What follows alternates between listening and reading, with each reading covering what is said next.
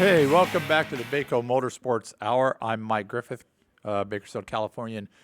As Lewis would say, senior, meaning old, motorsports rider. Lewis, of course, he gone, which is usual, so he's not here. He used to be here, but he can't play with us peons anymore. It's the Bakersfield Speedway segment, and I've got Scott Schweitzer here. I got a bag on Lewis when he's not here. I guess, man. He's unprotected. He's like a target. Yeah. This is a target-rich environment. You have to make him a guest because you just never know when he's going to be here. You know what? That's probably it. Hey, he will be a guest. He's a guest now. I think that he's a guest now. So we got Bakersfield Speedway. How you doing? Good. Finally dried out. Got a lot of rain last week, so it was tough getting the show in. Obviously, you were out there and you've seen it, but makes for some tough conditions on a dirt track. But we were able to race. We were one of the very few tracks in California able to run a dirt race Saturday night, so we got it in. Yeah, for those that know, dirt track, oval track, bowl-shaped, water runs down, kind of pools right there at the edge of the racetrack. And what I thought is funny about 3/4 of the track was pretty wet.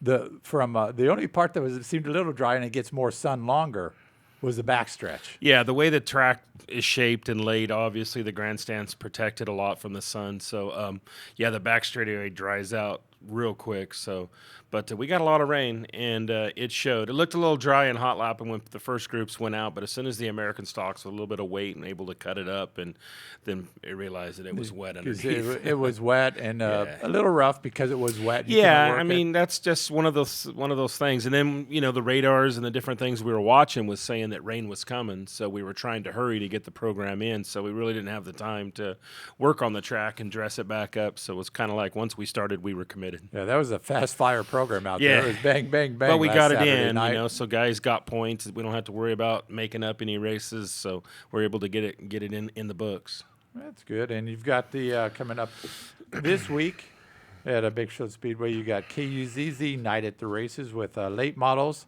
IMCA Sport Mods, Pro Stocks, Mini Stocks, the NMRA 3/4 midgets.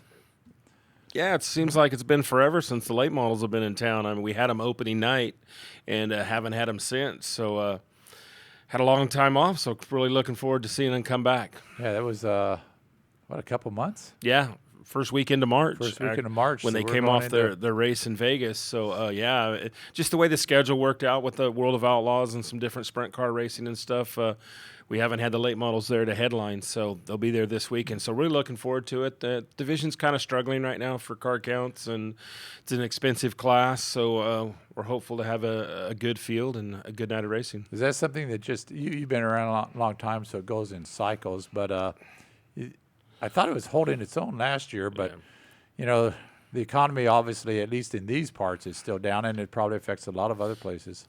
Well, one thing people don't realize is look at the Bartell family. The Bartells alone brought 6 cars when they came, and Bill Bartell is now running a modified faithfully every week. Mike Kirby is racing a modified now. He was one of them that traveled with him. Carla's now in a modified, so there's 3 cars right there. Ron Bartell now is pretty much running the Harley Davidson store, so his commitment to racing is very little. So Nick is really the only car from that 6-car stable that you can count on every Saturday night. So when you lose 5 to 6 cars just in one race team, that's a big hit. And that shows the problems of some of these what we call super teams, even at the higher level. Yeah, you lose a big team. And these guys got a lot of money invested in those engines, and if they pop an engine or whatever, it's not like they're going to go drop $50,000-$60,000 and be back the next week. So it takes them a little while to rebuild a car. And Clay Daly, for that example, driving for Pete over on the coast, they lost a few engines ever since January. They've been struggling in their engine program. So a lot of factors like that people don't know about, but you put them all together. I mean, that's why you see some of those short fields sometimes. A lot of Bartells are still racing. They're just doing they've just switched classes. Right, yeah. Bill, I had a conversation with Bill about that, and he just wanted to race weekly. And with an IMCA modified, he can do that. With a late model, they were racing like once a month, and he wanted to sharpen his skills is basically what he told me. And it's a good move. I understand the move, and but it's tough to try to find people that'll buy a late model team and can afford to do that.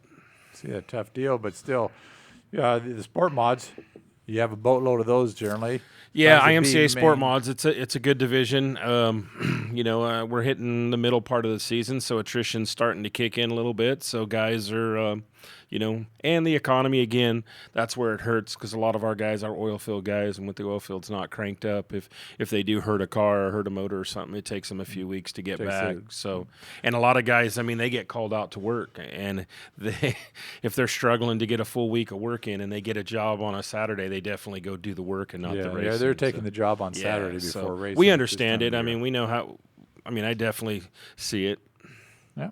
So we had a couple weeks ago, real quick, had an autism night there and raised. Didn't have a show last week, so about $7,600. Yeah, it was a great event. We were happy to have that event out at the Bakersfield Speedway, and the mini stock class kind of took it under their wing, and a couple of people really took heart, and we had a daytime lunch down there for the autistic kids, and they were able to see some cars up close and do some activities and lunch and everything.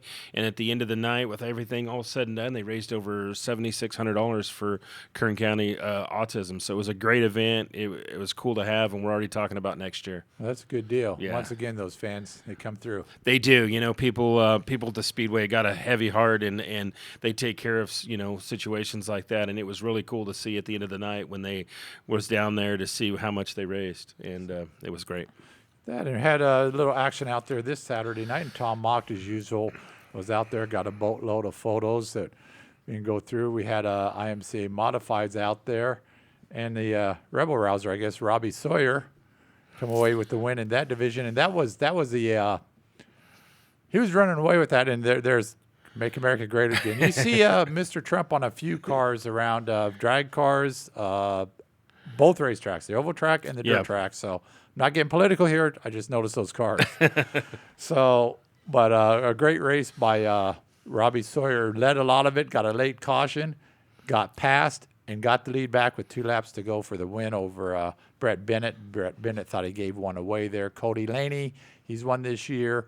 He finished third, and so on down there, but it was a good race. It was, again, with the tough track conditions being real super wet, and Robbie started out there in front and got away, and Brett reeled him in, and it was a great, exciting race for the fans right there at the end. So it was a great last 5 laps. Ricky Childers finished fourth. I think he was running second late in the race at one point, and that's the way it was switching there at the end. Roger Holder was fifth, Ethan Dotson sixth, Bill Eggleston, Chet Reeves, Justin Schweitzer, and Steven Streeter, and I think that's 4 for 4 now. 4 races and 4 winners in that division. So yeah, it's pretty exciting field right there. So it's pretty cool. And with the track being wet, if they hit one little rut, that was the difference. A guy would lose a couple of spots. So it made it interesting. So Robbie did a heck of a job. And you had some hobby stocks out there. Good field of hobby stocks. Boy, that was a rough race to start. Somebody posted on Facebook after I put up a video, it looked like bumper cars out there, but just little incidents, a little tough for the first 10 laps. Turned out to be another good race there at the end of the race with Kyle Wood having to fight for it and coming through and getting the win. Yeah, Kyle Wood he was out earlier in the season and had a good lead and had some engine trouble or car trouble, and so it was good to see him bounce back and get a win. It was exciting to see Kyle out there, and his brother Johnny Wood, got a third. So good family effort right there this weekend. Last weekend. Yeah, there's some good racing up front there in that division, and pretty aggressive but fairly clean. Yeah. I mean, you got to on that track. You had to stick your nose in there and go for it. And that's a tough division. It's always been a very competitive division. So these guys if they got a chance, they'll go after it. So it kind of showed. But another great field, another great race. Yeah, so Cody Sly with the second there. So pretty good win. And see what's going on there. Good race for the hobby stocks. And they're pretty good races all around because American stocks had a good battle there as well for the win. Yeah, the top 3 in the American stock division on Saturday night, they had a heck of a race, and you never didn't know who was going to get it, but it was those 3 were just right together. So good, exciting race. Yeah, you had Clay Waters come away with the win on that, and his first win of the year. Yeah, in that division. So that's 4 or 5. I think it's 5 straight now. So no repeat winners in hobby stocks, no repeat winners in IMCA Modifieds. No repeat winners in American stocks. I think that just gives an idea of the competition. Yeah, a lot of competition, a lot of talent out there. These guys are working hard on their cars, and it's starting to show. Yeah, you got Clay Waters with the win, Brandon Ratcliffe, Brian Childress, Brody Schweitzer, Dakota Brown. Dakota had a incident, I think, on the first lap and had to go to the pits.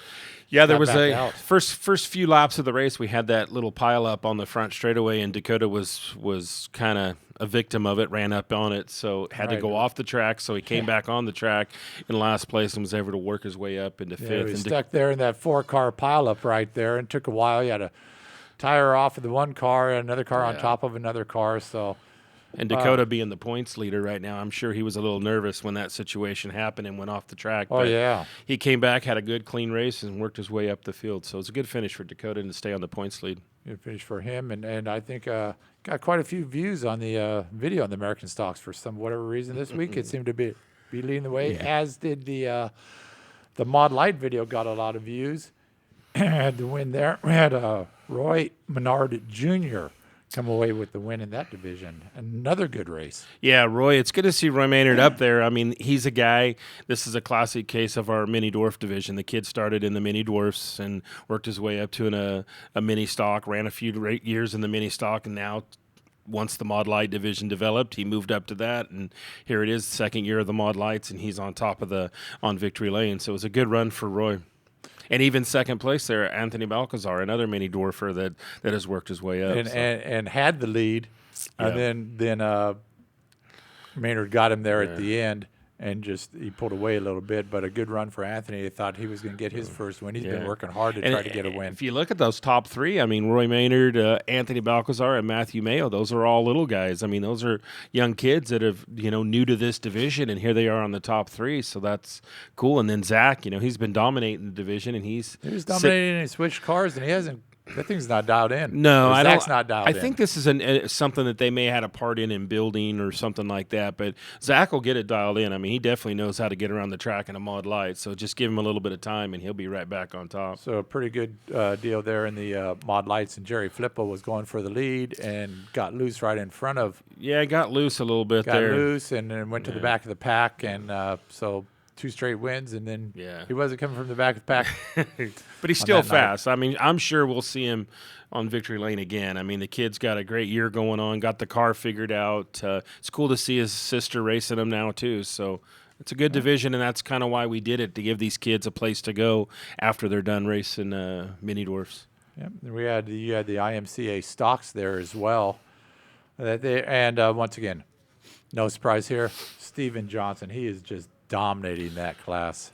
He is dominating. I think that he's got some competition coming, though, now that we see Devin Jones in the class, and Steven's brother Chad Johnson is now going to be driving a car for Mike Hill. So they're coming. I know that Pat Biggs' team is putting in a lot of work. I mean, they know that he's the car to beat. So you'll see him get some more competition when we get more cars and the and the earn point average plays in effect, and he has to start a little bit deeper in the field. So we talk about these super teams. A little shout out to Mike Hill, who's building. He's bought into the IMCA stock division, and he's churning out some cars and putting drivers in it. So good for Mike for supporting this class. Mike's doing he's a huge supporter of the racetrack as it is, with him and his wife, with the business, with the Ronald McDonald and the event night we do. But now, he's just buying some cars and putting some great drivers in it and really helping that division grow. I mean, you need people like him. Pat Biggs was the first to do it and have a multi-car team, and now Mike's doing it. So it's going to be a great division, and Mike's a huge part of it. Okay. Well, thanks for coming in. And remember, we got late models on Saturday, sport mods. Yep. Some other classes, so get out to Bakersfield Speedway, watch some dirt track racing on Saturday night, and we'll be back in a few minutes with the Kern County Raceway Park.